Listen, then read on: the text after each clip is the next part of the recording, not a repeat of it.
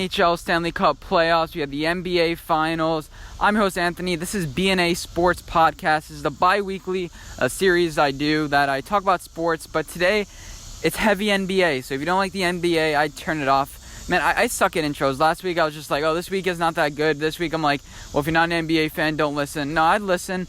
And if you're listening to this on a podcast, I don't know how to split up the segments. I'm not sure how to do that yet. But if you're watching on YouTube, it'll be easy because you'll see the timestamps in the description below. Without further ado, and before I keep on rambling on, just enjoy the video.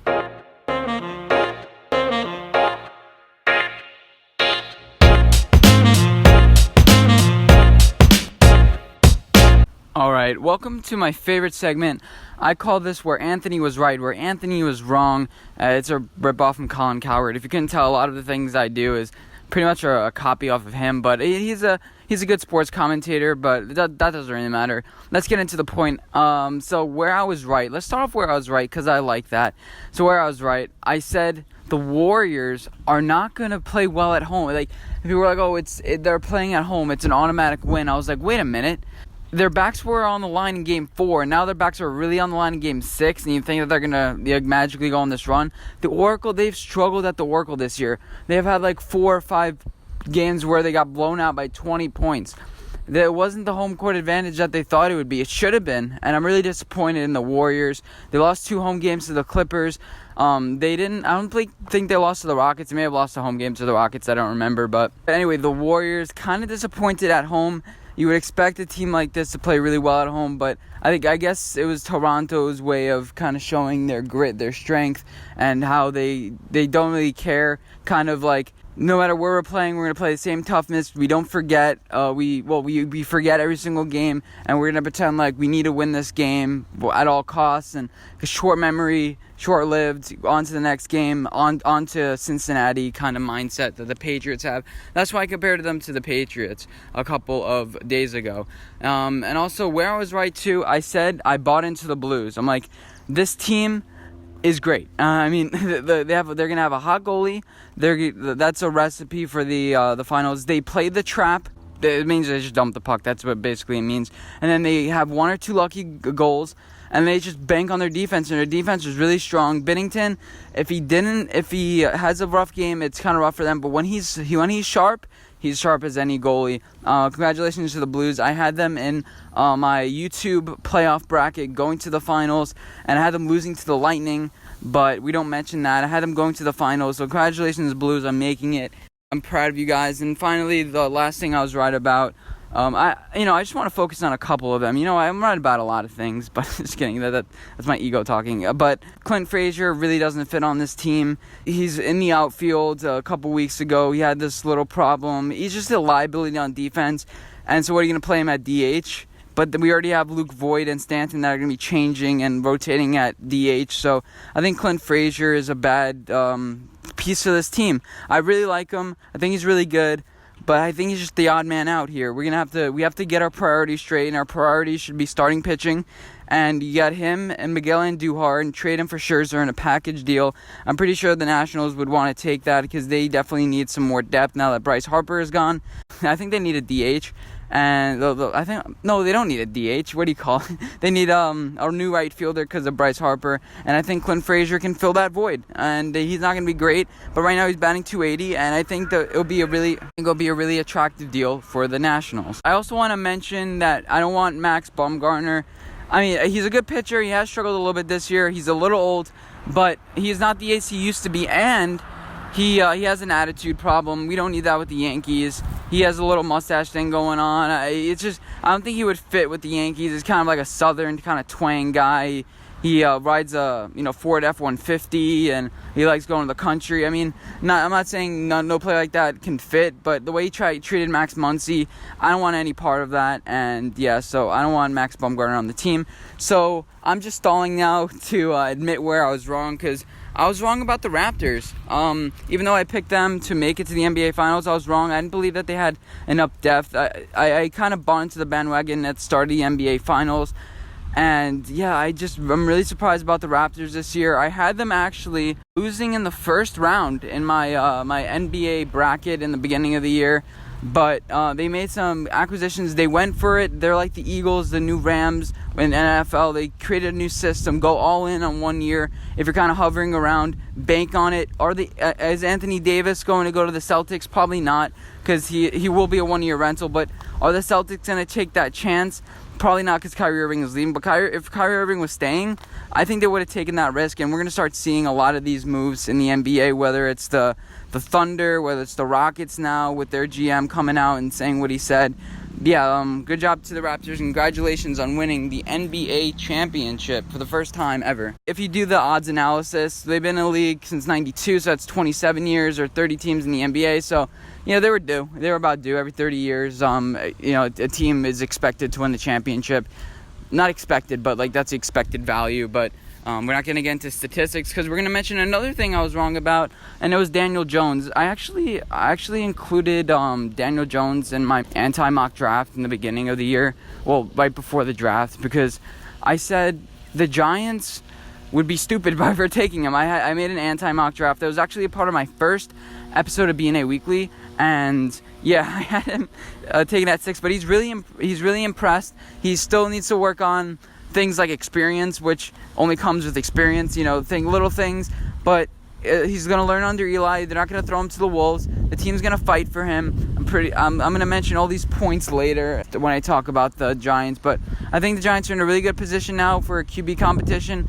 He's really going to learn from Eli how to become a man, how to handle the New York media. He knows how to learn from his mistakes. He's got beaten up in college a lot. He's not afraid to learn. You have a lot of quarterbacks like Johnny Manziel, maybe Dwayne Haskins, that have had success so far in the beginning of their career. So when they actually do get some feedback, they're like, "Oh, what do you know?" type of thing. There's different characters like that, and I don't think Daniel Jones is that guy. The only thing I question is his grit, but he steps into his throws. And he just needs to get better at playing in wet weather, windy weather, and I think that only comes with experience and actually playing in windy weather and things like that. You had Aaron Rodgers, who's played at Southern California. He didn't really get that much rough weather, and he plays in Green Bay. So yeah, I have the utmost confidence in and Daniel Jones. And finally, where I was wrong, Klay Thompson.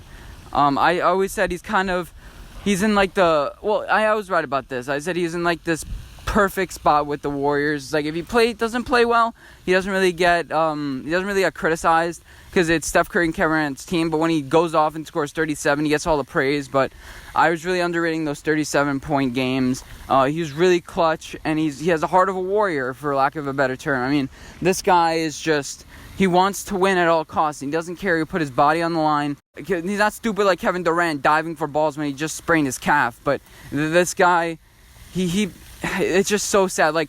He went up for the layup. He was playing so well, and then he just couldn't grab onto the rim. He fell, and that was metaphorically what happened to the Warriors season. He really makes this team. Without him, Curry's defense, the Raptors exploited it, and Curry got tired. He couldn't make a shot. He couldn't buy a shot.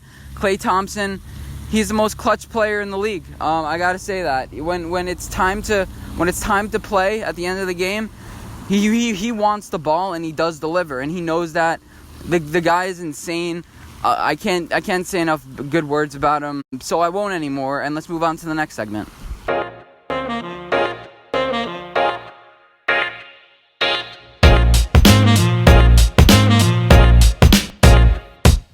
With media nowadays and phones and our attention spans are getting less and less.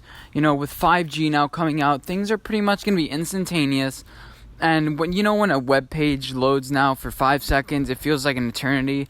I remember probably 10 years ago, you would expect the page to load for about a minute before you saw something. Now, if it doesn't load within 3-4 seconds, you're already clicking off and going to the next page. You're refreshing, and you're on your phone already. Different things like that. Now, why do I bring this up? The NFL and the NBA realize that people have low attention spans, and people want things to happen right away. Think about football.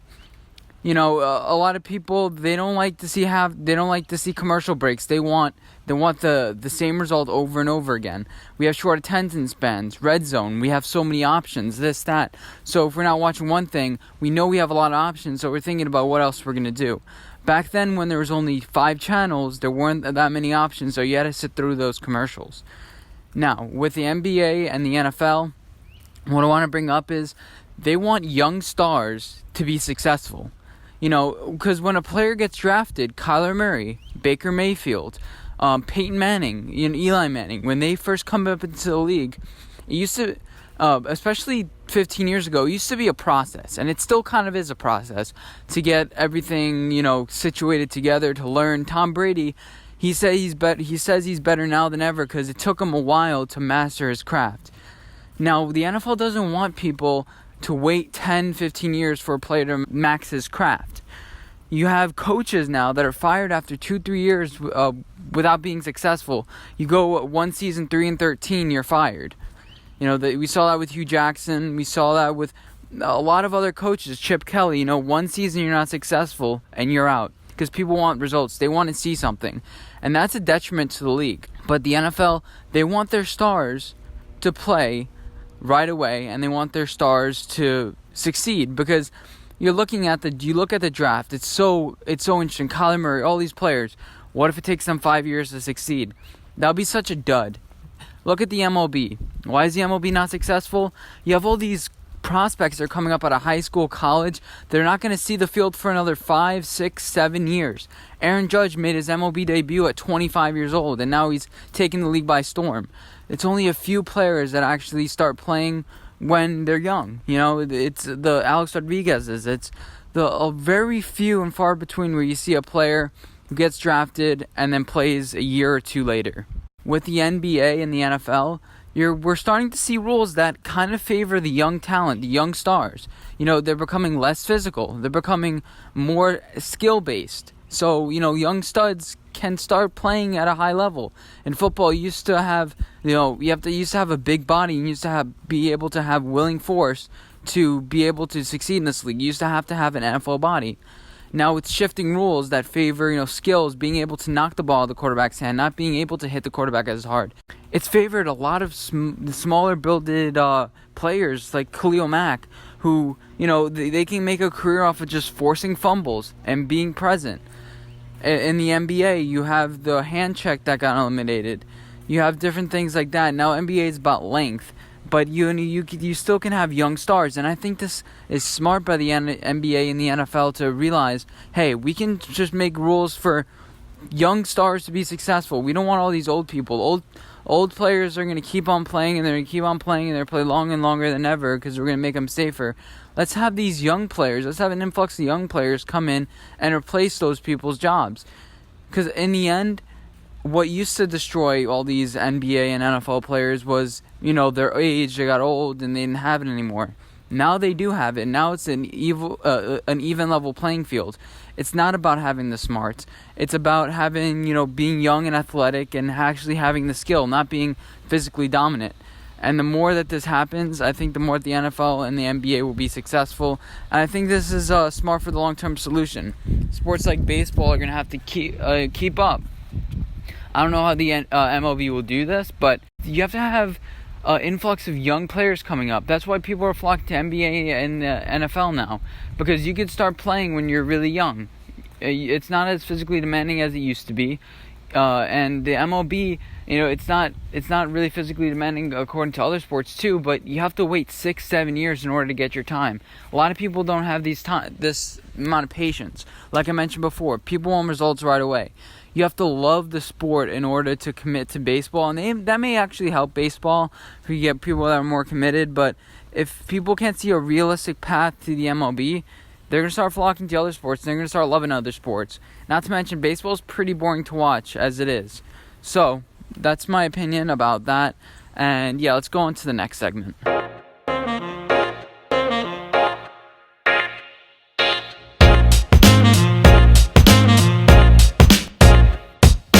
So at this point, we all know that LeBron James is not in the playoffs in 2019, and a lot of players have made their case to surpass LeBron, because usually the best player on the best team wins it all, or, the best player in the world wins it all. Although LeBron didn't win all those years, usually the best player of the year, especially at the time, wins it all. So I think we had 5 players that made their best case to see if they can pass LeBron. And yeah, competitors enter the ring.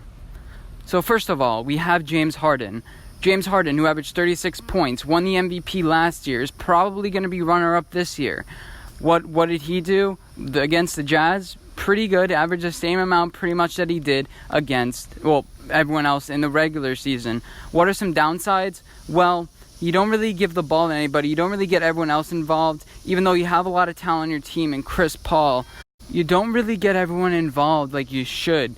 Like, you had Clint Capella last year, Trevor Ariza, you have Eric Gordon. You don't really get those players involved that I think could make a lot bigger of a difference. You're a primary ball handler. You have the ball more than everyone else in the league by a long shot. It's not even close. And also, you lost in Game 6 at home when the Warriors did not have Kevin Durant, and everyone was pretty much picking you to win that game. You were the odds-on favorite, and you got embarrassed.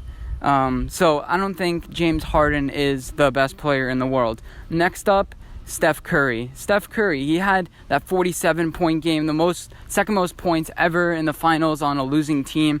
You had some breakout games where you scored a lot of points, but without Kevin Durant and without Klay Thompson, this team struggles a little bit. Now, every team will struggle. The Toronto Raptors would struggle. LeBron James struggled.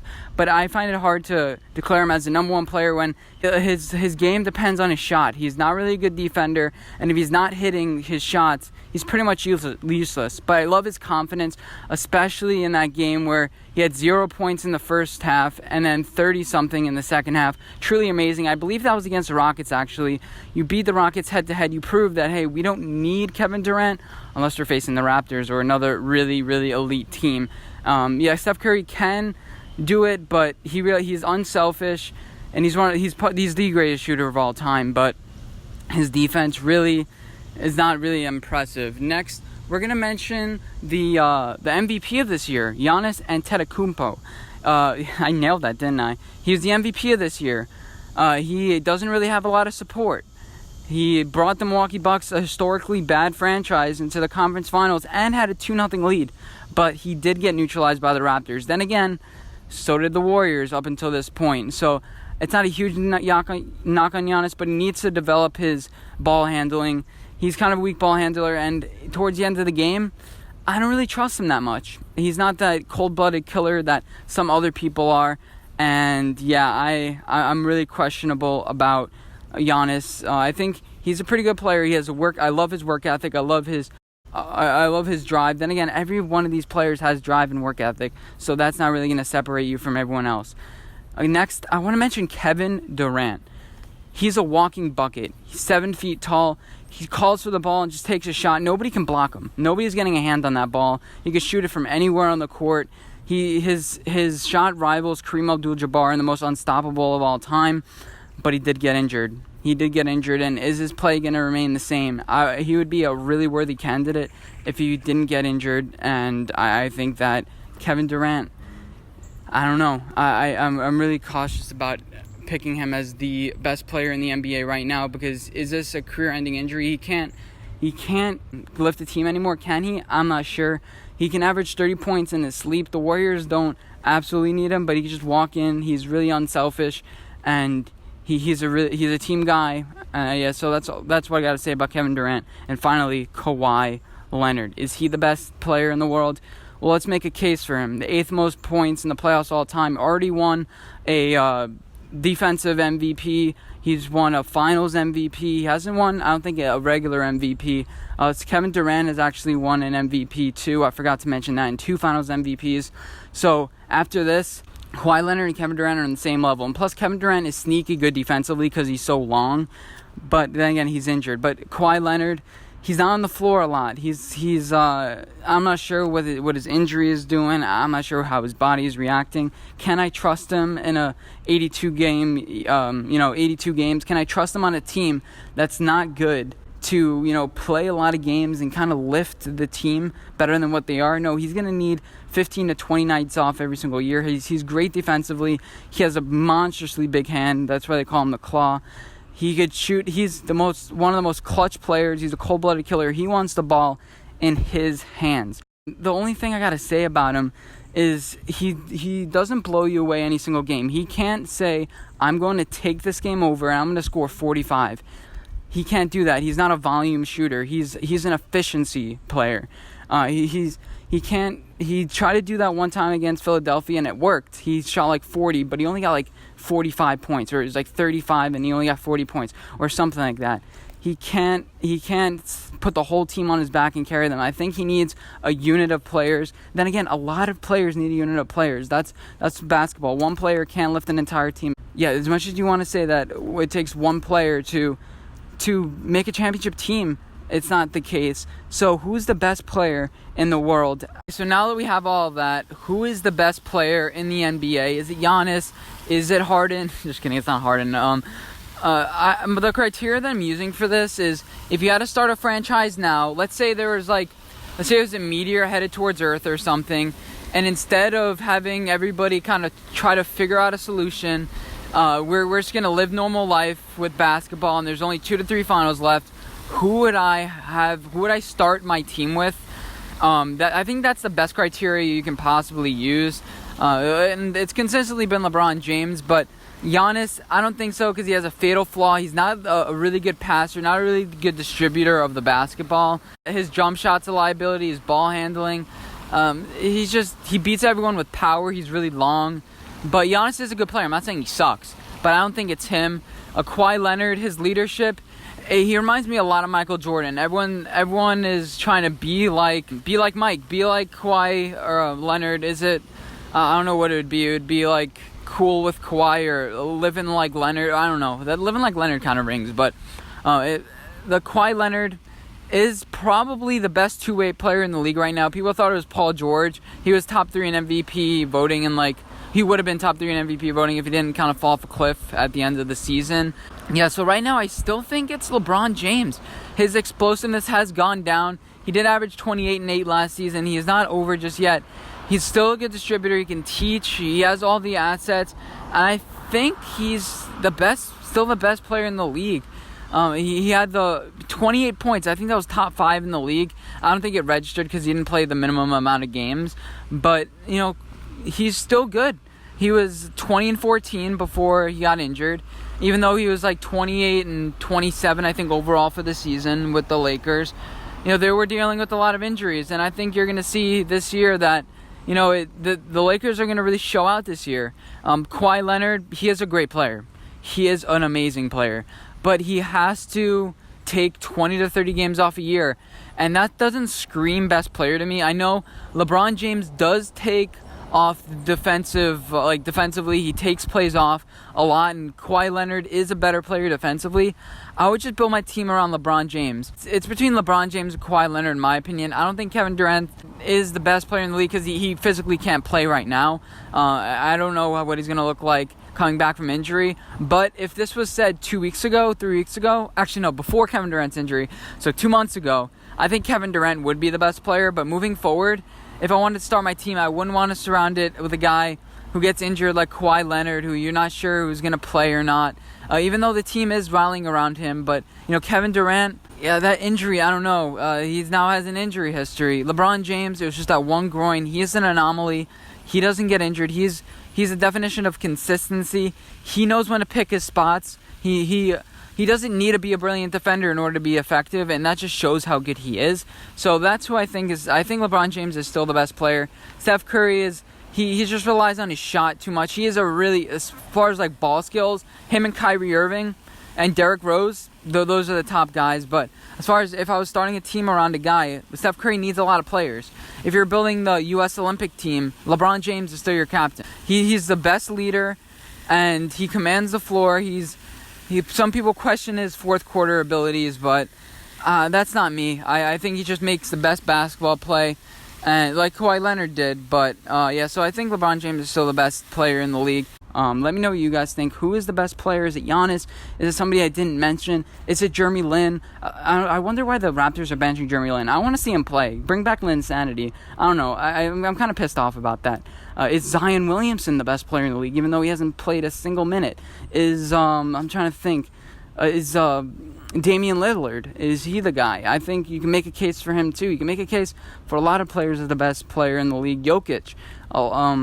As far as Leonard, I think right now he's the best player, but Giannis probably has the most upside. Kevin Durant's gone, and yeah, I've already talked about that too much. On to the next segment.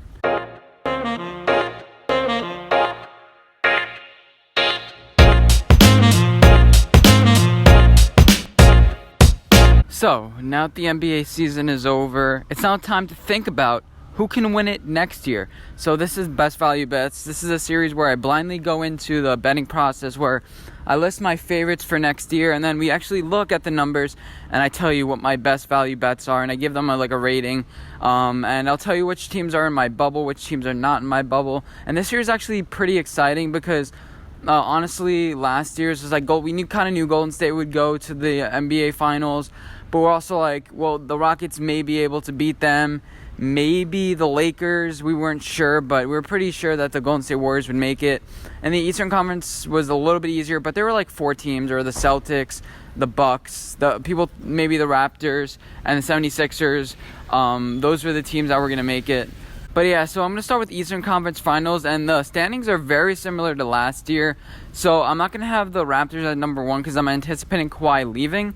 And even if he doesn't leave, I'd have him at number 1. I decided to do this kind of early just to kind of have a feel for rounds, kind of an early prediction before free agency really starts because things are about to get really chaotic, and I want to do it when it's calm before the big storm. So I'm anticipating Kawhi's going to leave, but I really think he's going to stay in my heart of hearts. But I'm still going to put the 76ers at number 1.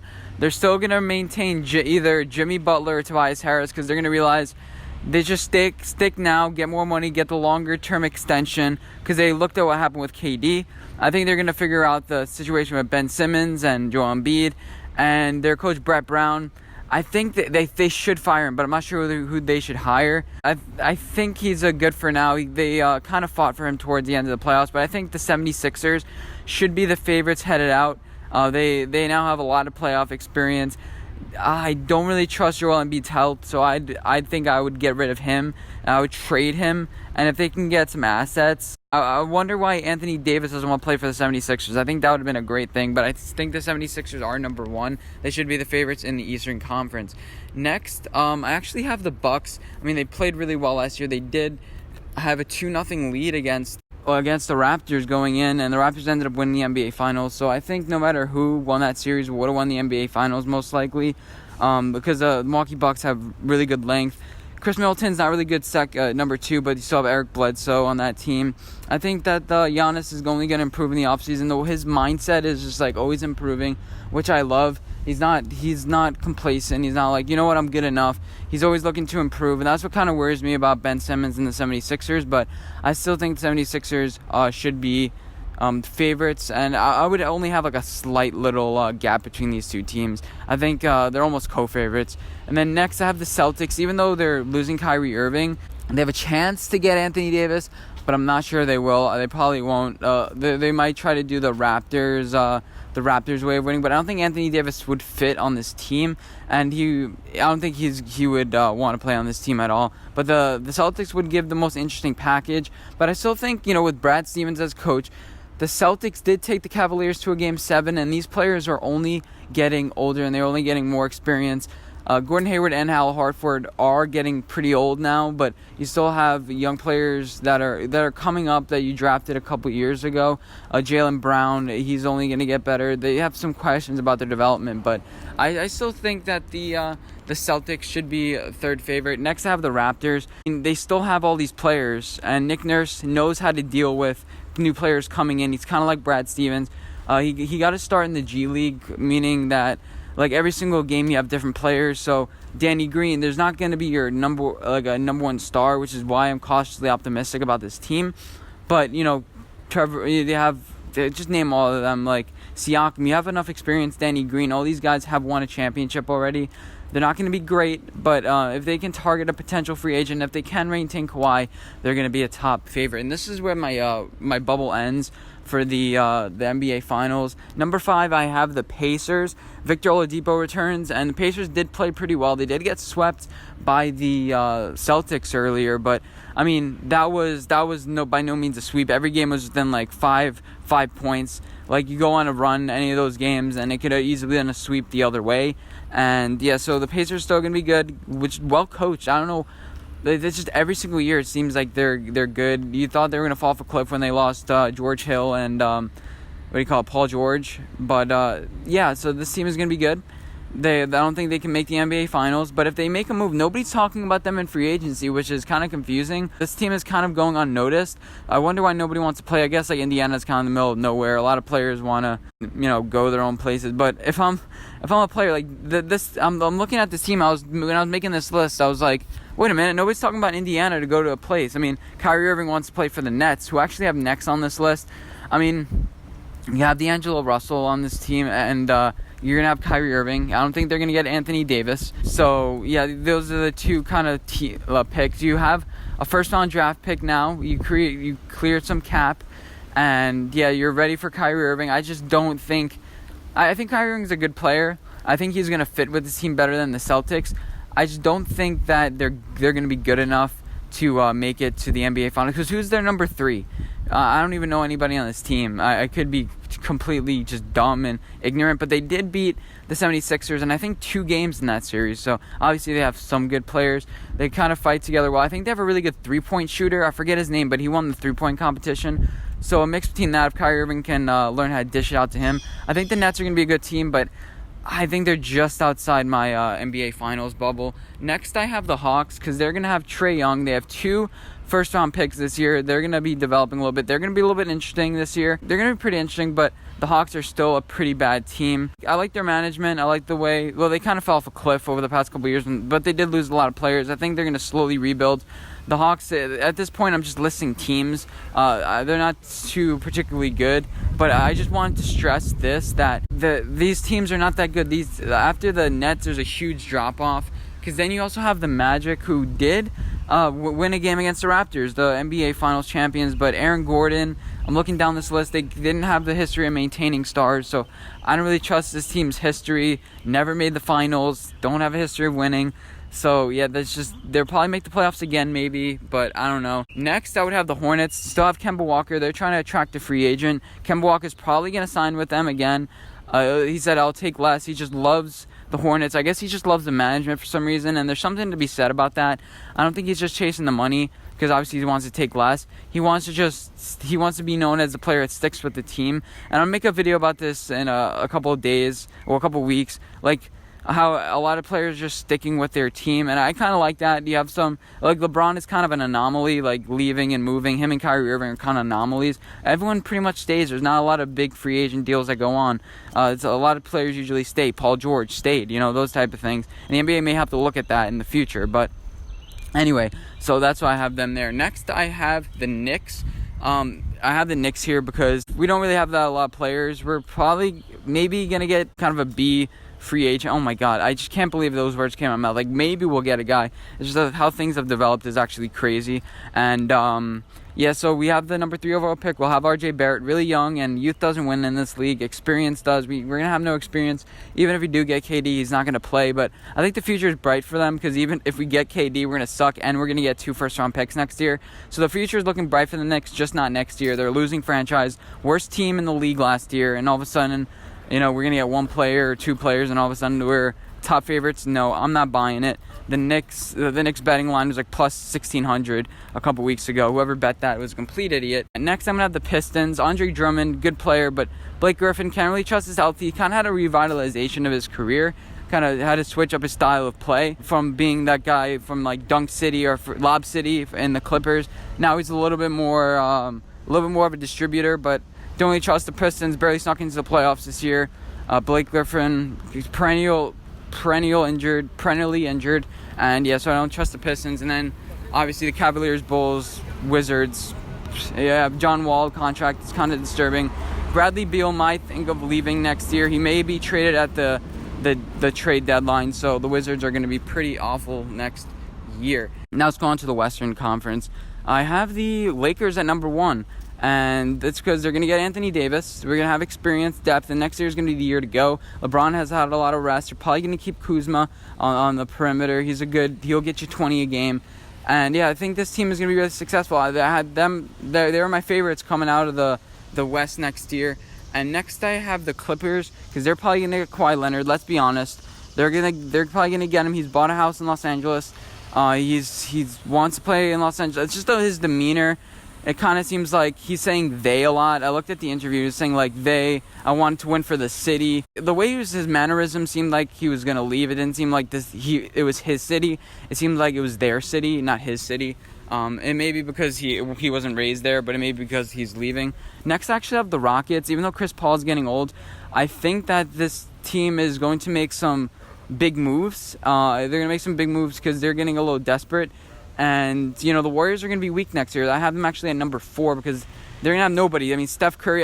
Klay Thompson's going to have an ACL surgery, so he's going to be out probably for the next 8 months. I'm not sure the timetable on that, but plus you have Andre Iguodala who's going to retire probably. Draymond Green, who's not getting any younger. Older. Oh, younger. He's not getting any younger. So that's why I have them at 4. And these are still my Super Bowl. NBA championship bubble. The Nuggets.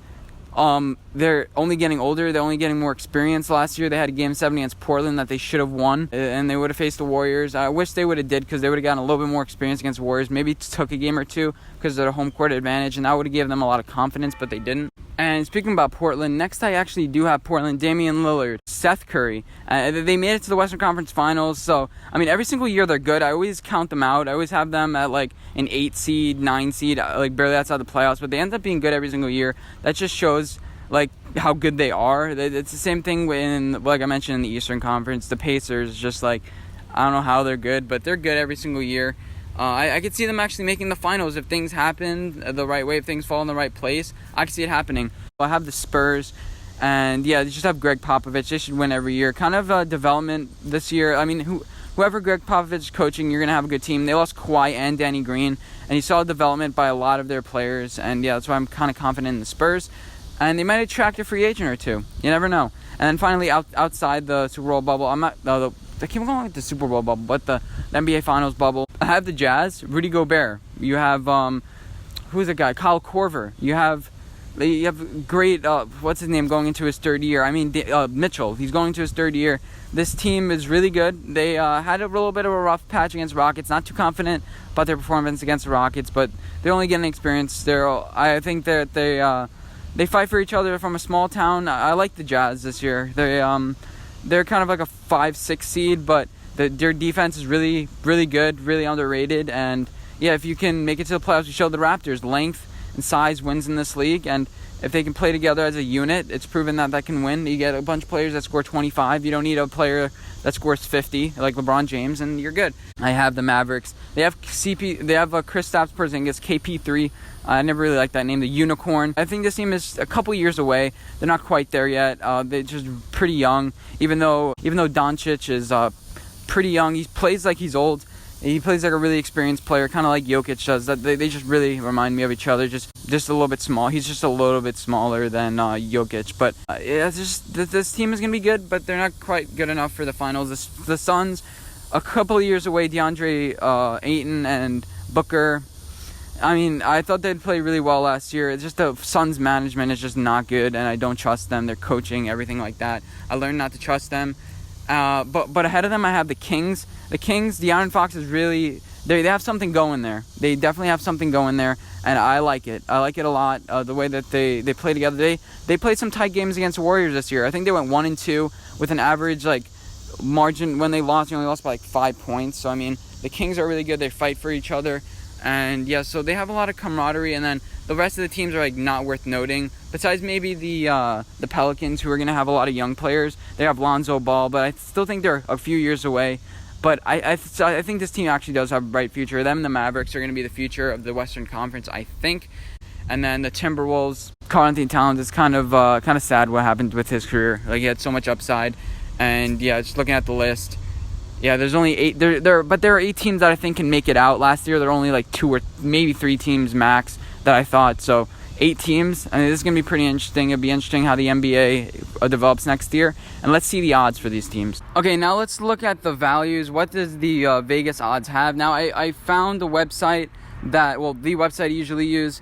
It only has the NBA Finals total review, but I think we should still make a good video out of it. So, yeah, it only has the overall final. So, number 1, it says the Milwaukee Bucks. I think they should be up there, but I'm looking at it now, and all these teams are kind of similarly favored. Milwaukee Bucks, I think this is an even value. I wouldn't bet it. I don't think this is a really good value. Giannis is going to get better. I think his work ethic is great. He's going to start getting a better handle, get a better jump shot. Yeah, Giannis, I kind of trust it. They should be the co-favorites coming out of the East with the 76ers, so I don't really mind that. Then next, the Golden State Warriors. This is a horrible value. I mean, Klay Thompson's not going to be back until like March. Durant may be back by June if they make it that far. May at the best. I think they're going to shut him down for the next year if he still stays on the team. And yeah, I think DeMarcus Cousins honestly stays, takes more money because he realizes his career can be short. And he sees a little window going for them, but I really don't trust who's going to play. They're all banged up. They've played more than 500 games in the last 5 years. I don't think next year is going to be them, but I still think their dynasty can continue potentially. Los Angeles Lakers at 7-1 odds. I like this. I think this is about even. They're going to get Anthony Davis. That's what that means. This value is not going to get any lower, so if you want to bet this, I'd bet it now. Next, the Toronto Raptors. This means that they have a chance to maintain Kawhi, or it's saying that, Nick Nurse is just a really good coach and he can make things with nothing. I mean, if you think about it, all they lost pretty much was Kawhi Leonard. I mean, Danny Green's still going to be on the team, and I don't think he's that much worse than DeMar DeRozan, and with DeMar DeRozan, they were competing for finals. So, Toronto Raptors, I think this is a pretty bad value. But it all does depend on your confidence of Kawhi Leonard going to staying with the Raptors. If he does stay, I think it's a good value. But if he doesn't stay, this is a horrible value for them. The Houston Rockets, they're 8-1. Well, no, they're 9-1. I mean, I just think Chris Paul is old. Trevor Ariza left. Capella, Eric Gordon are, I mean, they haven't really proven they can do it. I forgot who. I think it was Eric Gordon who said they wanted the Golden State Warriors, and I know he didn't really perform it when it was time necessary. James Harden is, I mean, how much longer can he put up 36 points a game, and how much longer can he do it? I think this team's window is gone unless something drastic happens. But their GM is saying that they can go big in this offseason, but we'll see. Next, Los Angeles Clippers. Again, depending on your confidence about Kawhi going to them, I'd pick them. Maybe Kevin Durant even goes there, but he won't play next season at all anyway. So the Los Angeles Clippers, I think, is good value. They were winning without Kawhi Leonard, kind of like how the Toronto Raptors were, but not to the extent. They have a great coach. So I think great management. So I think the Clippers are a good value. 76ers, I think this is great value because they realize now I think they're going to realize what it takes to win in this league. They're going to focus their offense around Ben Simmons. Even though Jimmy Butler's not picking up the option, I think they still maintain the guy from the Clippers that came. I'm blanking on his name right now because that's usually what happens, Tobias Harris. But I think they still retain him. And they go forward. They just need some shooting, and if they can get a free agent like Bradley Beal, pick him up in the trade deadline, maybe trade for Joel Embiid. I know that's a long shot, but if they can get some shooting, I think that the 76ers are actually my favorite to make it to the NBA Finals next year. So I think that's a great value at 14-1. Next, the Boston Celtics. Kyrie Irving is leaving. There's some rumors that the Celtics are going to try to do that one and done deal like the Raptors did this year with Anthony Davis. Anthony Davis isn't a winner. Brad Stevens, he did well when Kyrie Irving wasn't there and Gordon Hayward wasn't there. But these players, I think, are still developing. I don't think they're championship caliber. I still think they need a star. You need a star to actually win in this league, and that was proven by how LeBron beat them, how the Milwaukee Bucks beat them. You need that one star you can go to, and Kyrie Irving just didn't really fit with his team, but I think this is a pretty even value. Next, the Brooklyn Nets. I would not bet this at all because it's Kyrie Irving, and he's proven he can't be the number one guy, and I know you have D'Angelo Russell, and I just don't trust. You have a good three-point shooter too. You have some ingredients, but Brooklyn Nets, I don't trust them. They haven't been good for years. So what makes you think they're going to be good now? Just because Kyrie Irving joins, I think that this is a horrible value. And I don't think Kevin Durant's joining here either. But if you do think, and if you are confident that Kevin Durant is going to join this team, I would put some money on it, but not a lot, because Kevin Durant's probably not going to play all of next season either, and I don't think Anthony Davis is coming here as well. Next, the Denver Nuggets. I would say this is about even value. They're what's the number? 25-1. You know, they had some experience this year. They were one game away from being one series away from winning the championship, but they have some experience now under their belt. They're not Jokic plays like a veteran, even though he's 24 years old. He plays big, and this team, I think, can compete for a title. They play well at home, which is going to be really important with the playoffs. They could be a top 2 seed again next year, and that could propel them to the NBA Finals. And then again, anything can happen in the NBA Finals. So I think Denver Nuggets are a good value here. Dallas Mavericks, they're going to have Kristaps Porzingis coming off his ACL, but he hasn't played in like 2 years now. So we'll see how Kristaps Porzingis does. Then you also have Doncic and a lot of young pieces. Kemba Walker's thinking about joining here, but I don't think this is a really good value. I think they're a little bit over. Indiana Pacers, I think at this point the Super Bowl, the window ends as far as these teams. Indiana Pacers, Victor Oladipo, you have a really good guard system, you have a really good coach, but I don't really trust this team because they couldn't beat the Celtics. They got swept by the Celtics, even though it was kind of close, but they couldn't win a game. And, you know, Victor Oladipo may make a difference here, but I don't see them as championship caliber just yet. And then you have the Pelicans and the Knicks. Well, I don't think good value. The Thunder, man, they're under the Knicks. Look what happened to them. Paul George, I think this would be great value. I think this is actually a pretty good value because they're really undervalued right now. And, you know, you still have Russell Westbrook. You still have Paul George. They haven't really proven themselves in the playoffs. They're kind of underrated right now. And Russell Westbrook may realize, because he realizes now, I think, that he has to play a certain way for them to win. And he may just start doing that. Paul George is going to be rested up. I think they're going to learn from Kawhi Leonard's plans and what he did with load management. And I think this team could make a run this year, so I think they're pretty good value, honestly. Teams like the Knicks and the Pelicans, you think the Pelicans are going to make it with Zion in the first year? I don't really think so. So next, we have the Spurs and the Blazers. I think this is perfect value for them. I would buy these right now. Blazers and Spurs, this low. I mean, the Spurs, they have Greg Popovich, so they can make it every year. It took Denver to 7 games with DeMar DeRozan, Lucas Aldridge, and those guys. I think the Spurs can make it work with anybody, even though Greg Popovich now is probably going to be now more than ever wanting to prove people wrong, so he's going to have his team fired up and wanting to win. The Jazz are pretty good value too, but I don't think they could win. The Kings, the Bulls are horrible value. Magic, Grizzlies, Hawks, Hornets, Cavaliers, Pistons, Heat, Timberwolves, Phoenix Suns. If anything, the Phoenix Suns are a good value at 100-1 because they have DeAndre Ayton and Devin Booker kind of developing, and they have a top 6 overall pick this year. If it was a higher, I'd be a little bit more confident, but if you want to go crazy, the best value down here is probably the Phoenix Suns. Yeah, so good luck betting, everybody. I'm not putting any money on this just yet. And by the way, if you're looking to place a bet, and it all depends on what you think is going to happen in free agency. If you really think that Kawhi is going to join the Clippers, pick that. If you really think he's going to stick with Toronto, pick that now, so it's all about what you think is going to happen. I think you'll find the best value now before the players actually go, because once the players actually go, that's when the numbers are really going to be what they should be. So yeah, good luck betting, guys, and let's move on to the next segment.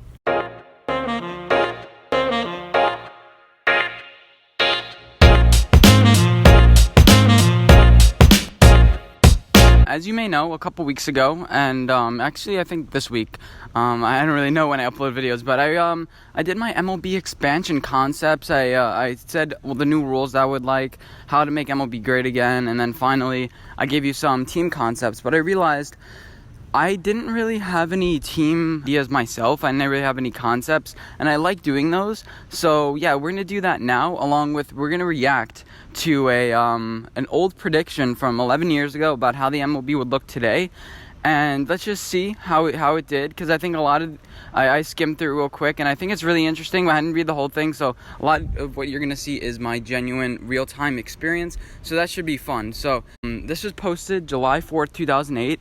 And I don't know what I was doing then, but I was probably just on the beach, just having fun. And yeah, I don't know where you guys were because I don't really care. Anyway, so for the teams that they said they'd have, they said that the Charlotte Knights would be a team. And that was number 2 on my list for an MLB expansion. Still haven't done it. Like I said, they're looking for a home for the Oakland Athletics and the Tampa Bay Rays.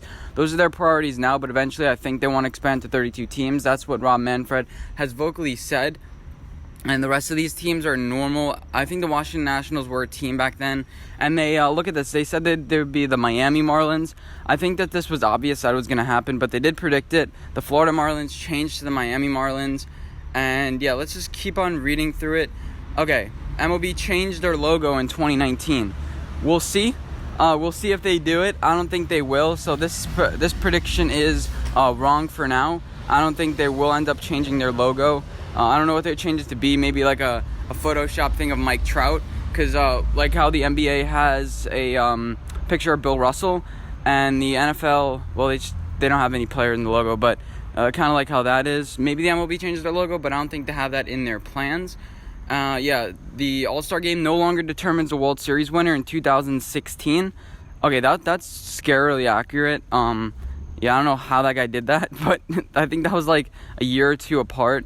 The MLB did change it. I think they should change it back, honestly, because, well, it just makes All-Star Game more interesting, creates more hype around it, and yeah, I think there should be a little bit more stakes in that game. There are arguments either way, but we're not going to talk about that now. Designated hitter is dropped in 2012. Well, that's probably going to be more 2022, but I think it's still going to happen. NL starts dominating the sport again. Well, we had the thing about the Cubs, but the Royals won it a couple years ago. Not really. Now I'm looking at it. The Dodgers have lost 2 years in a row. The Athletics and the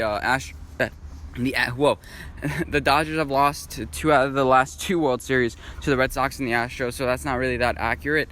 Let's keep on going down. Anyway, so the dark alternates slowly become the primary home jerseys for most teams. No, I don't think that's really happened. I mean, most teams are pretty much the same. I mean, the Miami Marlins now have that Vice jersey that's black, but this hasn't really been a huge trend. All the old-fashioned teams are still wearing their same colors, and the Pirates are still wearing their white. Actually, no, they are wearing some black, so I guess this is kind of right, but also kind of wrong. I mean, some teams have adopted black, but I don't think it's been in the dramatic fashion that he said it would be.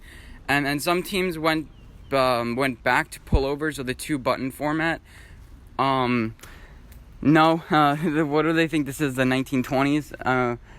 Yeah, so a lot of teams have changed their jerseys. Like the Pittsburgh Pirates have like probably the worst jersey in the league. There are some more throwbacks, but those aren't like the primary jerseys of a lot of teams. So I'd say that's wrong. Every team now has 3 uniform sets. The Yankees introduced their dark primary in 2020. Well, if this is in their plans, that'd be pretty interesting, but I don't think this is right. I don't know why the MLB would adapt black when most of their games are played. Well, some of their games are played in the sun in the summer at like 90 degrees, so I don't think this would be a good idea. But Selig retires before the 2016 season. The new commissioner promptly moves the Brewers back to the American League and abandons the All-Star Game home field rule. Well, that was kind of accurate. They did abandon the home field rule, but the Brewers are still in the National League. But the Houston Astros were the team actually in the NL Central that moved. So I think this is pretty accurate. The Houston Astros were the team who ended up moving, and they ended up being pretty successful. That ended up working out for them. I think it was a long time coming, but that new rebrand really worked for them. And then the Rays changed their first name to Tampa Bay, from Tampa Bay to Tampa, after a city vote in 2013 that grants them permission to do so. I think they're still called the Tampa Bay Rays. I could be wrong. Their signature is TBR. That's their 3-letter thing, so I think they didn't change it. They changed from Devil Rays, but I think by this time they already changed from Devil Rays to Rays. The Angels finally took on just Los Angeles as their city name in 2011. No, they're still the Los Angeles Angels of Anaheim, but yeah, what a dumb name. They still haven't gotten to do that. And then the Marlins become Miami Marlins. I was right. Colorado Rockies become the Denver Rockies. No, that hasn't happened. I'm not sure if that's in their plans, but that definitely hasn't happened yet. They're still the Colorado Rockies, my second favorite team. And yeah, they're actually doing pretty well this year, even though they lost a lot of players like DJ LeMahieu and I forgot who else they lost, but they've been kind of diminishing over the past couple years, but they're still fighting and they're still playing pretty well.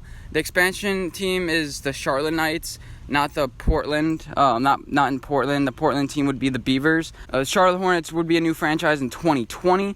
We'll see. I don't think so, because by that time, the Oakland Coliseum and Tampa Bay Rays situation, I don't think is going to be worked out yet quite. But I think in 2024, the Charlotte has a really good chance. And then majority owner Michael Jordan wanted to keep some of the old identity of the minor league team, but still change the colors. I'm guessing the Michael Jordan because he owns the Hornets. And yeah, I think this is pretty much it with all the changes. Fairly accurate, but I don't know what that dark logo thing was. And yeah, so I'm not sure what that was. But it was all this was kind of accurate. I mean, some of them were obvious, like we knew the Florida Marlins would change to the Miami Marlins, and that would be funny if he's like, and Derek Jeter will be the owner. That would have been so funny. It would have been like kind of creepy. And here's some team name concepts that I found on this website, and I'm gonna react to them live to see what I think. And yeah, I think it should be pretty fun. Expansion teams. The guy's predicting 2 more expansion teams by 2050. I agree with that. I think it's going to even be a little bit sooner, maybe 2035, but 2040 if the polar ice caps don't melt and kill us all. And yeah, so his ideas are the Portland Pioneers and the Montreal Saints. The Saints, I like that idea, something like that, kind of French kind of name. A kind of throwback to like how the Saints are kind of French. You have a French population in Montreal, historically French. Canada is historically French. French is their second language. Let's go Portland Pioneers. He predicts in 2026 will be in the American League West Division. And then they will host the Seattle Mariners in Cascade Park. I heard some concepts that they were going to be called the Cascades. Either way, I think this is a pretty good team name. I would be down for this. It sounds MLB. It works. They won their first World Series title in 2062. You heard that first. 2062, the Portland Pioneers won their first title. That's actually like 36 years after they get into the league, so they're going to be a pretty bad team apparently. The Montreal Saints, the guy doesn't agree that they should be called the Montreal Expos. And he says that in 2026 there will actually be 2 expansion teams. The Montreal Saints will be there too. I didn't know that they would be in the same year.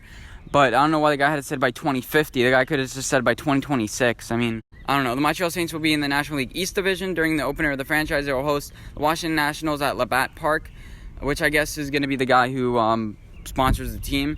And there will be 2 blocks south of Molson Center. The first, that's where the Olympic Stadium is.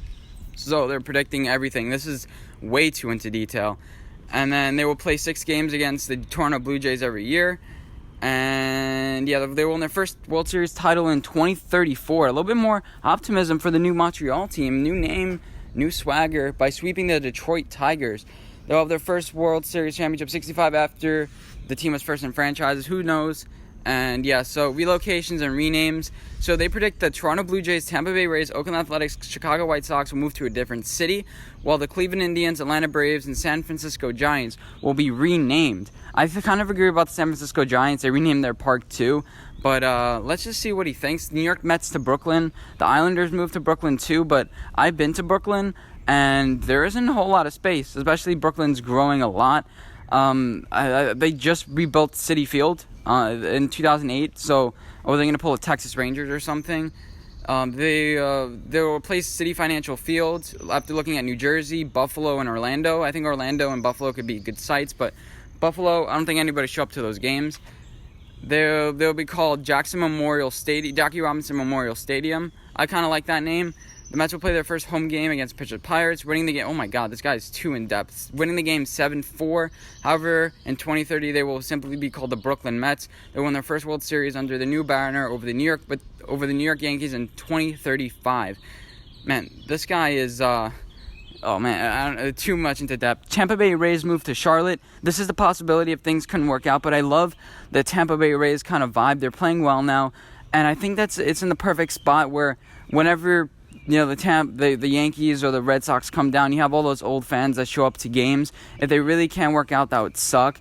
If anything, just relocate to Orlando or something. Orlando is a pretty big city, and they do have that MLS team, and they have a basketball team, and a lot of things are going on there. They have the UCF Knights. They have a college. It's a little bit of a college town, too. You have Disney, so maybe a little bit too much. But for Orlando's only growing at this point, so I think it would only add to the lore.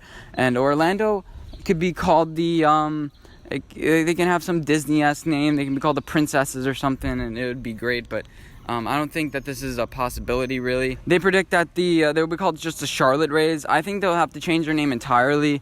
Maybe go with the Charlotte Knights, like a lot of people have been predicting. But I think they should do more of a throwback to the American Revolution, kind of, because that whole area is kind of that way, or they should just do some random cliche team name that has nothing to do with the area, and like the Los Angeles Lakers, and end up being like, oh, why that team name is like that? I don't know. And then they predict that they will be rivals against the Atlanta Braves, which I think this is a good spot because they will be rivals against some teams. It kind of fills a void. And they'll be called the Savannah Series. Whoa. And they won their first World Series in 2033 by sweeping the Colorado Rockies. And then the Cleveland Indians changed their name to the Blues. The Cleveland Blues. I kind of like this ring to it. Maybe they actually win a World Series title like the St. Louis Blues.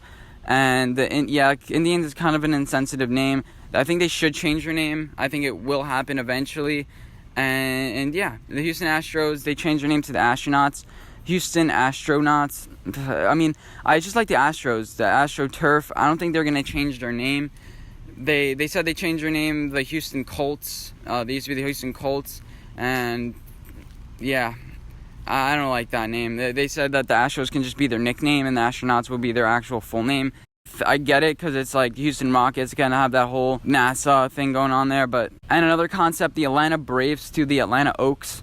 Oakland, I just don't like this name. Oaks, that doesn't make sense. I mean, I've been to Atlanta. There aren't a lot of oaks. I don't think so, at least, unless I really don't know Atlanta. I mean, Georgia that well. There's a lot of cotton there. I can tell you that much. Maybe the cotton pickers. No, that'd be insensitive. Make them join the Negro League. I really need to stop going down these hills. And then Oakland Athletics, San Jose. I said that, but like I said, San Francisco has a hold on this team. And then, so I guess after that happens, I think they're going to need a solution before that happens. And they will not win a World Series for the rest of the century, although they will appear in the 2043 and 2061 World Series. Man, they look like Oakland Athletics. Not too optimistic about this guy. Yeah, going on to the San Francisco Giants, to the Seals. The San Francisco Seals, kind of throwback to the Sacramento Seals, I think, of hockey. And the Giants was named after the original city. I think the pretty much thing is they want to get rid of their old name, like how it was the Brooklyn Giants or the New York Giants before, and then they kind of transferred. They want to get to like a new generation. The Toronto Blue Jays are going to change their name, and they're going to relocate to Buffalo and be called the Buffalo Browns. This has to be the worst idea. Toronto is only a growing city. I think Toronto Blue Jays, they're going to have to redo their stadium soon because it's kind of out of date right now, but it has a little bit of a charm to it, I think. But the Rogers Center is pretty nice, but I do agree that they're going to have to change. But Buffalo, I mean, then there'll only be one Canadian city again. I don't think they're going to relocate to Buffalo. That's kind of a dumb idea, especially the Browns. You're already setting yourself up for failure. What kind of ugly jerseys and everything. White Sox to move to Indiana. I think this could happen. The Guaranteed Rate Field is an awful field name. They kind of had some financial struggles. And they said they'd be called the Sprint Center, twice the size of Guaranteed Rate Field. And also be home to the Indianapolis Clowns, NFC North. Okay, this is getting ridiculous.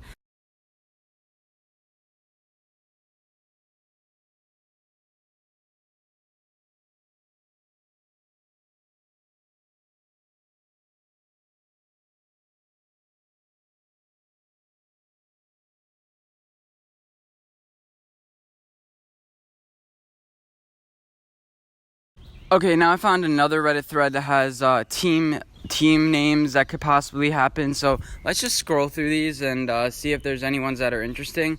The Carolina Reapers. I mean, this is kind of funny, but obviously that's not going to happen. It's a play on words with the pepper, and then probably they'd have a Reaper or like the creepy guy who kills you on their logo. And then colors could be green and red. Kind of funny, whatever. Really creative. There's no need for expansion right now. I mean, this guy's kind of boring.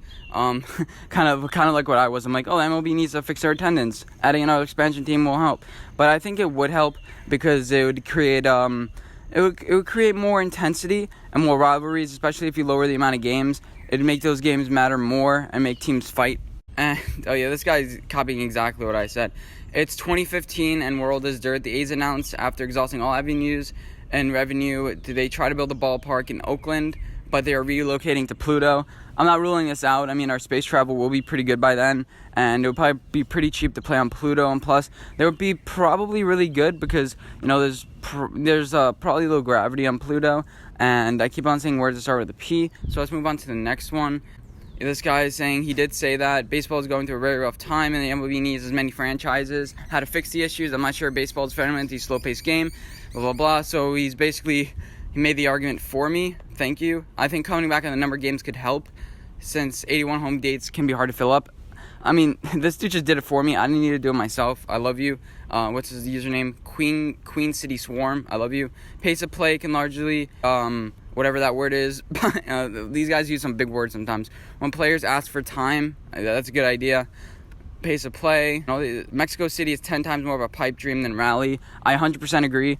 Well, why would they expand to Mexico? I mean, first of all, the wall's going to be built up by then. No, just kidding. But the Mexico City, I mean, no pro team is in Mexico City, and why? I don't really get it. I think it's going to be a huge failure on the parts of. I don't think it would work. I could be wrong, but I don't think that it's a smart idea to relocate to Mexico. Baseball is the 4th largest sport in Mexico City. Yeah, thank you. Soccer, boxing, and if it was the number 1 sport, I'd get it, but it's not going to work. But if I had a team name for Mexico City, it would be the Tacos. No, just kidding. I don't know what my Mexico City team would be. That's a lie. For Portland, I like the team name Paladins. Sports like baseball and hockey lend themselves to like a knight references, like protective gear.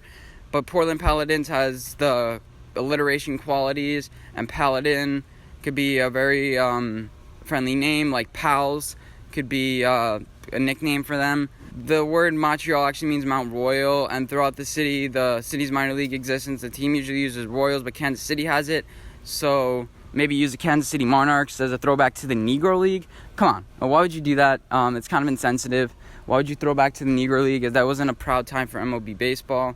Yeah, I don't like that. I don't like that, even though it has alliteration. Yeah, let's keep on going down. For Portland, I like the name Paladins. It'll only be Expos if Montreal gets another team. I kind of agree, because that logo was pretty fire, but it also creates bad memories for the city and how they weren't really that good. Maybe they would have to do a little bit of a rebrand or something. I don't like the name Expos. Back then it kind of had a little bit more meaning because the Expos marker. Nobody knows what Expos markers are anymore, I don't think. But yeah, Washington could have adopted the Grays name, that Washington Grays. I mean, a lot of their players are aging, and you have a youth transformation in Washington now, but I don't really like that name. Oh, this guy's arguing that he wants one name at least to honor the Negro Leagues. I don't think we should honor the Negro Leagues. I think this is one of those things where you just have to forget. And yeah, if you want to have a Negro League team and have all black people on the team kind of boost black morale, go for it, but I don't think the MLB will do that. The Grays legacy is good for the Pittsburgh presence. Whatever. Senators, I guess, maybe for Washington, but they already have the Nationals. I don't think they're going to change their name to the Senators. And plus, they already have the Ottawa Senators, and I think it'll just kind of be a useless transformation of name. And then, yeah, that's pretty much it. But for my personal opinions, Portland should go for more like the Mountaineers or the Musketeers. Not the Musketeers, but you guys get the more like adventurous, kind of how it's in the Northeast. Charlotte should go for more of a college town kind of vibe. The colors should be like blue and stuff, and they should have, they should kind of, I think, throw back to the American Revolution, that type of thing, like the Eagles or the Patriots or something kind of like that sort of name. Obviously not the Eagles or the Patriots. And then let's go down the list of Vegas. I think they should go for like the Blackjacks or something, or something that has to do with gambling. I think that's obvious. Montreal, I already mentioned those. 5, I had Vancouver. I don't think they should reference that we're in Canada. It feels like every team in Canada has a reference that they're from Canada for some reason. But I like the concept of Vancouver, like the whales, or something has to do with their fishing population, kind of like that same Seattle area. Yeah, number 6 would be Nashville. Nashville, I'd say the same thing as Charlotte. I kind of have a name that's not too generic, like a minor league team, kind of like the Lightning or something like that, the Blues, that kind of name that references their music vibe, kind of like with Nashville. Memphis Memphis Monarchs, not a good idea name. Memphis, I don't really know. They have some mountains there, so maybe you go with the Mountaineers, you go with the Memphis Wild or something like that. Number 8, Mexico City. I already mentioned those. Don't think they should have a team. But the Sombreros, why not have a little bit of racism in there? And then numbers 9, I would say the San Antonio. I definitely should reference their cowboy kind of feel. The Alamo, I would like the San Antonio Alamo or something like that. San Antonio Fire Range or not the Rangers. They already have a team in the Rangers, but kind of something like that. And then finally, before we move on to the next segment, number 10, which I forgot already, San Jose. I think San Jose would just be the Athletics, and we could forget about that. On to the next segment. That is blasphemous. That is blasphemous. So this week is a little bit different. For my best take of the week, I'm also going to include my worst take of the week. That's why you saw that kind of weird conundrum of intros. It was kind of like the Jimmy Neutron, Timmy Turner kind of mesh. I don't know what to call it, like the KFC Taco Bell type thing. But first take, Stephen A. Smith has been wrong for now 1 year straight at breaking. Last year he broke his streak of like 8 years straight where he picked the wrong team to win the finals, picked for LeBron against LeBron the wrong years, and now Stephen A. is revitalizing his wrong streak. Congratulations to Stephen A. Smith for the worst take of the week, and I'll play this clip. Good effort, Max. I want to commend the Toronto Raptors because they gave me cause to pause. Going back, watching how they came back and won 4 straight against Milwaukee, watching tape, looking at Kawhi Leonard, how efficient of a superstar he is, seeing their length, seeing their depth, seeing their athleticism, their ability to defend. This is going to be a tough series for the Golden State Warriors. Make no mistake about it. I don't blame Max for picking them. I don't blame Jalen Rose for picking them. Jalen Rose has a pretty good record. There's no question about it. But I'm going with the Golden State Warriors. I'm just doing it. You got to show me that somebody is going to stop Steph Curry. Yeah, you went down with the ship, indeed, Stephen A. Smith. They were just too banged up, and Steph Curry couldn't buy a bucket. I think Max Kellerman, it was on the right page. He wanted the Toronto Raptors to win. His mindset was Steph Curry is not clutch. He can't hit a bucket, and small guys. You can't win with a small guy as your number one player, even though Boogie Cousins did play pretty well, but he wasn't good enough, and you can't have a small guy win. They were just trapping him. Steph Curry was doing too much ball movement. He was trying to dribble past anybody. Just shoot the ball. Don't try to do too much. And he predicted the Raptors in 6. He was an early adopter to the Raptors. Max Kellerman is really right. I think he's a little bit underrated because people are like, oh, he's so stupid. He's just, the way he presents his argument seems like just deprecating to everyone else, like I'm the smartest guy in the room. But for now, for once in 5 years, I can say, Max Kellerman, you were right. So in honor of that, I'm playing this clip where you explain everything, and I don't have to say one more word. Max, how many games did you say for the Raptors? 6. I don't think it's going the distance either. I think the Raptors with home court. Look, like Stephen A. said to him, I don't blame Stephen A. for taking the Warriors. They do have the experience. And furthermore, Kawhi is the best player in this series. And I don't care if even Kevin Durant's playing. Kawhi is the best player in the world. But yesterday, this is not the previous series. There's Siakam and Ibaka and Gasol and big guys who can crash the glass. The Warriors will not be dominating the offensive board. Stephen A. Smith, I am here to tell you that the best player in this series is Kawhi Leonard, with or without KD. But without KD, it's going to be too much, and the Toronto Raptors will be NBA champions. He has like 7, 8 different guys who might do it. That is a deep team. As you mentioned, an excellent defensive team. That's a team put together by maybe the best GM in basketball or president in basketball operations in the game, Masai Ujiri. And remember what happened the last time Kawhi was on a team that looked overmatched against the KD-led Golden State Warriors team.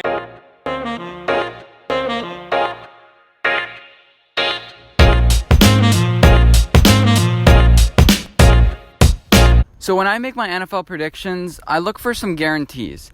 Now, in life, you always look for guarantees because it's the basis of everything else. You know, the sun's going to rise in the west and set in the east, or wait, is that how it works? But I'm not sure. But you guys, I think get the gist of what I'm saying. There are some guarantees in life. You're gonna wake up, you're gonna brush your teeth, your friend is gonna be this way, and you're gonna have classes this way, and this place is gonna be open from this time to this time. You know it's gonna be open every single day, and that kind of gives you the basis and the foundation to how you live your life. And for the NFL, I have some guarantees, and obviously there are probably more guarantees than these. Let me know what your guarantees are for the NFL season, this upcoming NFL season, are in the comment section down below. Obviously, or if you're listening on a podcast, just go on my YouTube channel and give me some feedback. I really enjoy all the feedback that I have gotten. And yeah, so let's get right into it. Number one, the Patriots will be good at home. They will be good against rookie quarterbacks, and they will just be good this year. As much as you want to predict the Patriots' demise, they're probably winning the division again this year. They're going to be good in December. They're going to be good against bad teams. Tom Brady's going to be healthy. And although Tom Brady has been making a little bit more noise than he usually does in the offseason, he's just having fun. He's adapting to the modern era, and the players that he plays with like it. If he was just this old grumpy man, nobody would like him. You know, his teammates would kind of disown him. He wouldn't really enjoy playing, and it just wouldn't be fun. So Tom Brady is kind of entering the new era, so that shouldn't be too bad. The Patriots will win at least 10 games this year, and they will win the division. Next, the Cowboys are going to be disappointing. Yes, they had really good draft picks, but a new team every single year wins the NFC East. It's the most unpredictable division there is in the NFL.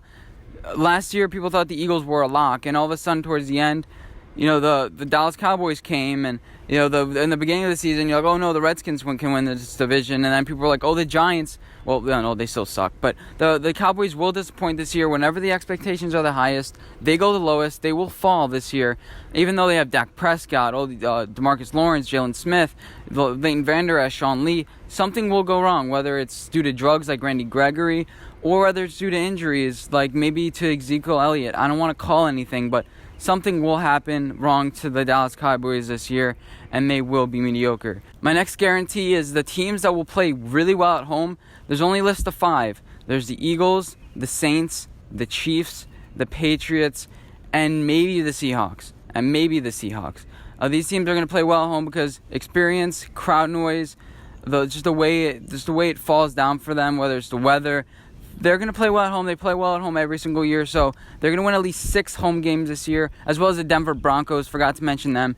These 5 or 6 teams are all going to play well at home due to their home field advantage. So don't count these teams out because they're going to have pretty much 6 guaranteed wins on their schedule. And yeah, so next, the Minnesota Vikings will struggle in prime time. Kirk Cousins even said it aloud. If he doesn't win these games, you know, he hasn't made a step forward. If he wins these games, then he has. He doesn't care about his stats, and I think he is going to be working really well to counteract that. But I think Kirk Cousins is just a quarterback who doesn't play well in primetime games, so that's going to make the Minnesota Vikings struggle. They have 6 primetime games this year, which though I think there are 4 guaranteed losses in there, so 12-4 is their ceiling already, just starting off. The Minnesota Vikings will not play well in primetime. Next, teams that are going to be chaotic: the Browns, the Jets, and the Raiders. These teams, as much as you say that are going to be good, they're gonna break through. I mean, these teams have had the top 5 draft picks for the last couple years. I mean, what do you think? The Cleveland Browns are all of a sudden going to flip a switch? I mean, a lot of these teams are losing franchises. The team I'm most optimistic about now is the Jets because they do have new management, but it is their first year under management. They're kind of chaotic right now.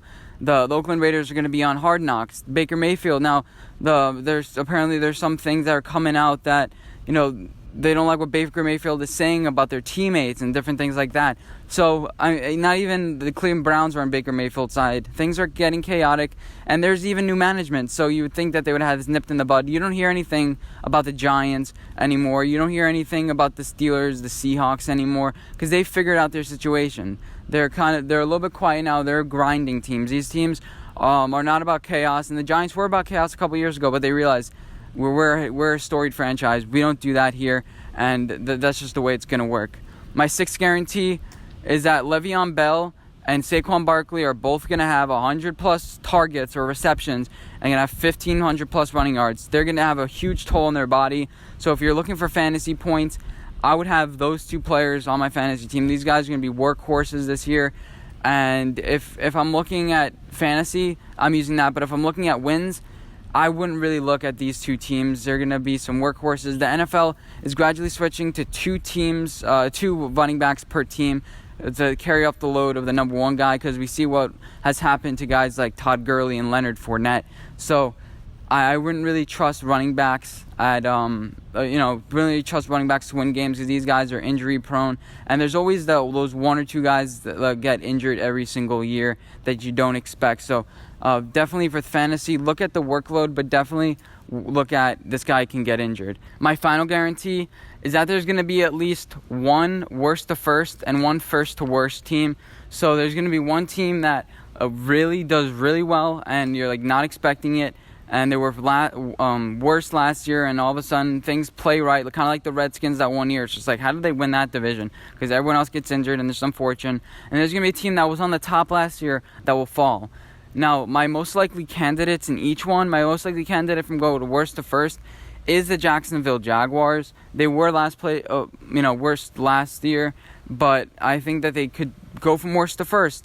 Teams like the Jets, the Bengals, what other teams? The Giants. Maybe the Giants probably have one of the best opportunities, but teams like the Buccaneers, the Cardinals, I really don't think they can go from worst to first. But there's always that one team, and then from first to worst, the Chicago Bears could have a really bad season because teams are really figuring them out. But I do think that they still will sneak into a wild card spot.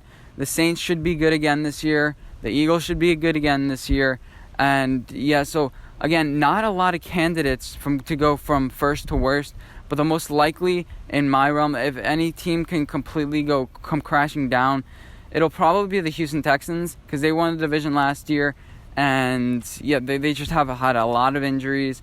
They're inconsistent. They're trying to be like the next Patriots. I do like their whole mantra of, if you can't beat them, join them type thing, or, just copy innovation, not invention. They see a formula that works. Let's try it. But I like Deshaun Watson. I just don't trust the health of this team. I don't trust this team's offense. I don't trust this team's defense. I really have a lack of trust of this team. This team had one of the easiest schedules last year.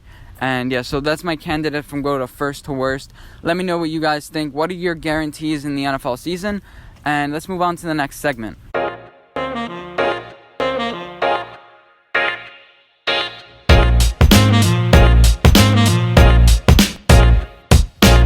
And congratulations, everybody. Welcome. You made it to the end of the video or podcast or however you're listening to this. I'm going to have to get used to that. But so this is basically the section of the video where kind of like the loyal fans stick to, unless you skip to the end and you love this segment, all you do is care about this segment. You're weird, but I enjoy it. But so before we get into that, I'd like to thank you guys for all the support you've been giving me.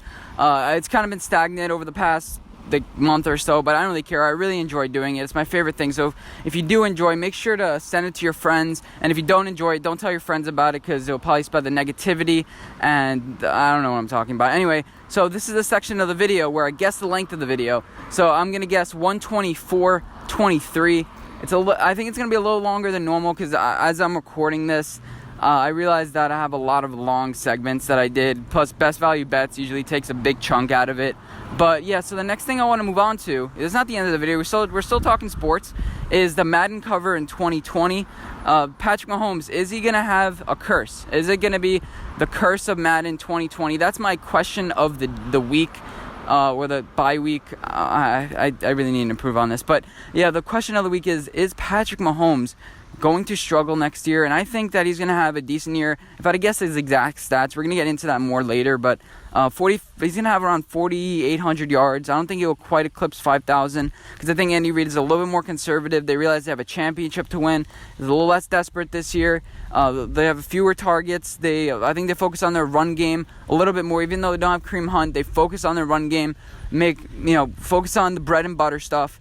And Andy Reid still allows Patrick Mahomes to be him, but he rolls back. He doesn't have quite 57 or whatever, 52, how many touchdowns he had this year. I think he'll have around 40, 42.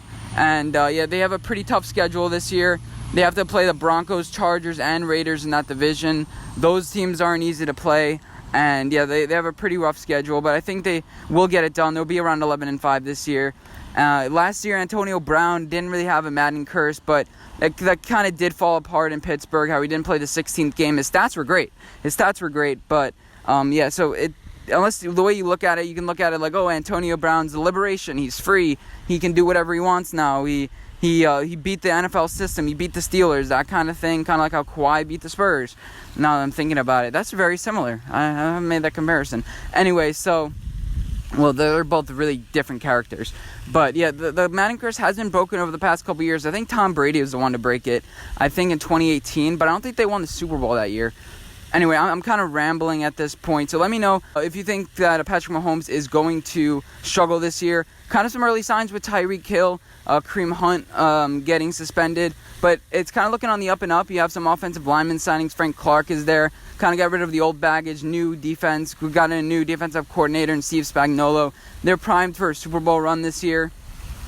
And another thing I want to talk about is the Madden cover for 2021. Who's it going to be? This is not about MVP voting and different things like that. I'm looking at the teams. I think that the Seahawks are going to be primed for a really good season this year. They're pretty young, but Russell Wilson is going to have to prove his contract.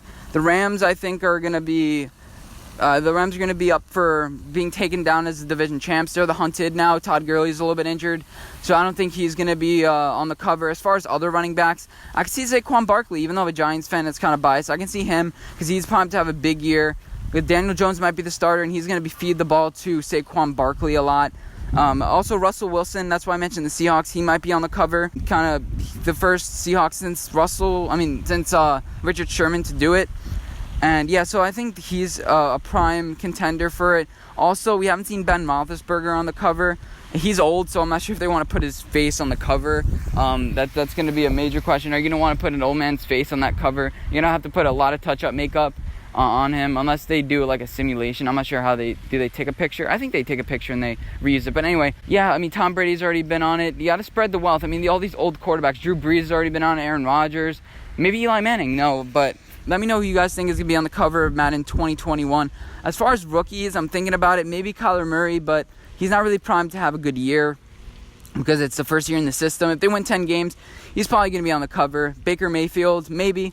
They may do like a Jarvis Landry or Odell thing, but Odell was already on the cover, so I don't really believe in that. If anything, I would say Ben Roethlisberger would be on the cover. Not Lamar Jackson. I'm like rolling through the players in my head. But as far as any other rookies, Nick Bosa, I don't think so. He's kind of a strong defensive class. So if anything, maybe Khalil Mack. If the Bears have a really good season, I think Khalil Mack would be a good face to put on that with the Bears defense if they really show out this year. And that'll be a possibility. I mean, if I can run through every single player, I can start going Josh Allen, Lamar Jackson. And eventually, I'll mention one of the players who gets on the Madden cover, and I'll look back to the video. I'm like, well, at least I mentioned his name. But, yeah, so let me know, again, 2 questions of the day. You got a twofer. Who is going to be on the cover of Madden 2021? And is Patrick Mahomes going to struggle next year? And what will his stats be? Anyway, again, hope you guys did enjoy this podcast or however you're watching this. I really enjoyed doing it. It's probably the second favorite thing in the world next to my financial accounting work. I mean, I really love financial accounting. No, just kidding. I hate it. But if I could do this for my job, I would love it.